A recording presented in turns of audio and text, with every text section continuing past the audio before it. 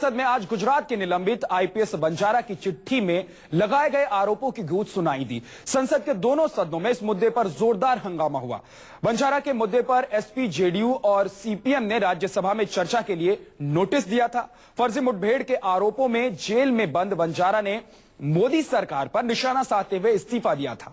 हालांकि गुजरात सरकार ने इस्तीफा मंजूर नहीं किया, लेकिन इस चिट्ठी को लेकर बीजेपी और मोदी, कांग्रेस समेत दूसरे दलों के निशाने पर है। बंजारा की चिट्ठी सामने आने के 2 दिन बाद भी अब तक नरेंद्र मोदी चुप हैं।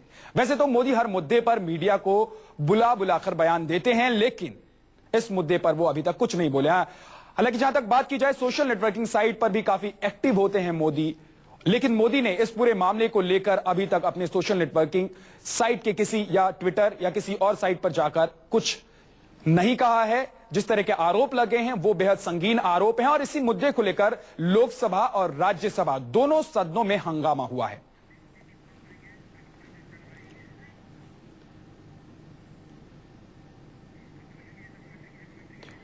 तो दोनों सदनों में हंगामा हुआ है। आपको बता दें कि बंजारा एक जमाने में नरेंद्र मोदी के बेहद करीबी हुआ करते थे और बंजारा ने जो आरोप लगाए हैं नरेंद्र मोदी पर, वो ये कि जिस तरह बंजारा जेल में है उसी तरह नरेंद्र मोदी की सरकार को भी, यानी कि गुजरात की जो सरकार है उसको भी जेल में होना चाहिए। मतलब आरोप ये जो बंजारा का आरोप है वो ये है कि अगर उन्हें जेल में रखा गया है तो जो बाकी लोग हैं, जो बाकी तमाम नेता हैं, उन पर भी इस मामले में कार्रवाई हो।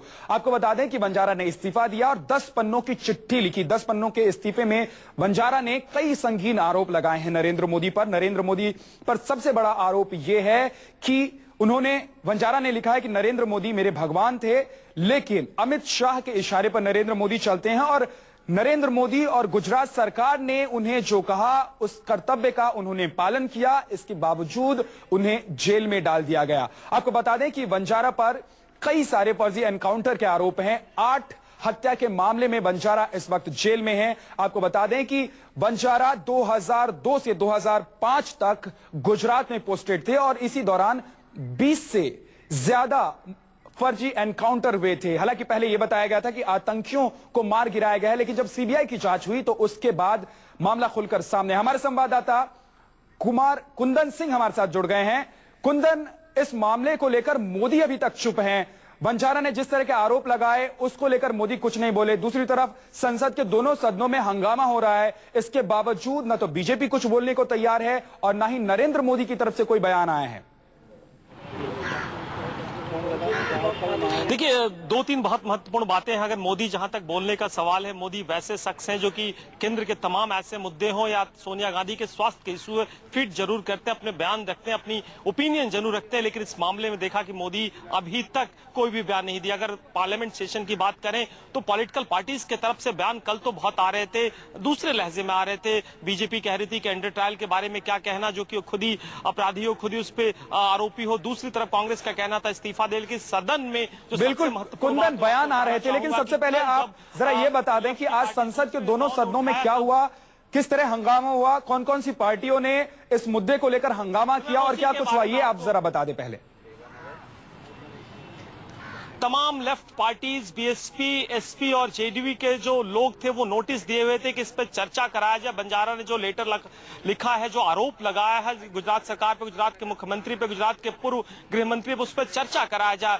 कल तक ये बोला गया था कि वो पहले नोटिस दे, इसके बाद चर्चा कराया जाए। आज जब उन्होंने नोटिस दिया तो चेयर ने साफ मना कर दिया, उपसभापति ने साफ किया कि किसी अंडर ट्रायल व्यक्ति पे अगर वो आरोप लगाता है उस पर सदन चर्चा के लिए अलाउ नहीं करेगा। नतीजा जो भी ये पॉलिटिकल पार्टीज हैं, लेफ्ट पार्टीज होगी, दूसरे पार्टीज हैं, उन्होंने वॉकआउट कर दिया। वॉकआउट करने में जेडीयू, लेफ्ट और सपा और बीएसपी, 4 ऐसे तमाम पार्टीज वॉकआउट कर गई सदन से। सिंबॉलिक वॉकआउट था। इसके बाद बाहर जिस तरीके से प्रतिक्रिया, आपको बताऊं कि अगर लेफ्ट पार्टीज की बताऊं तो बार बार उनका ये कहना है कि सरकार और बीजेपी के बीच में एक इंडर समझौता है, जिसकी वजह से वो नहीं चाहते कि बंजारा का मामला उठाया जाए, क्योंकि सरकार को डर लगता है कि अगर बंजारा का मामला उठा तो दूसरी तरफ अशोक खेमका और रॉबर्ट वाड्रा के लैंड डील के भी मामले उठेंगे, जिसको लेके दोनों पक्षों की फजीहत होगी। तो कुल मिला के एक अंडरस्टैंडिंग है। शायद यही वजह है कि पक्ष और जो मुख्य प्रिंसिपल अपोजिशन पार्टी है वो एक तरह से इस मामले को नहीं उठा रही है। और लेकिन कुंदन, जिस तरह के आरोप लगाए हैं डीजी बंजारा ने,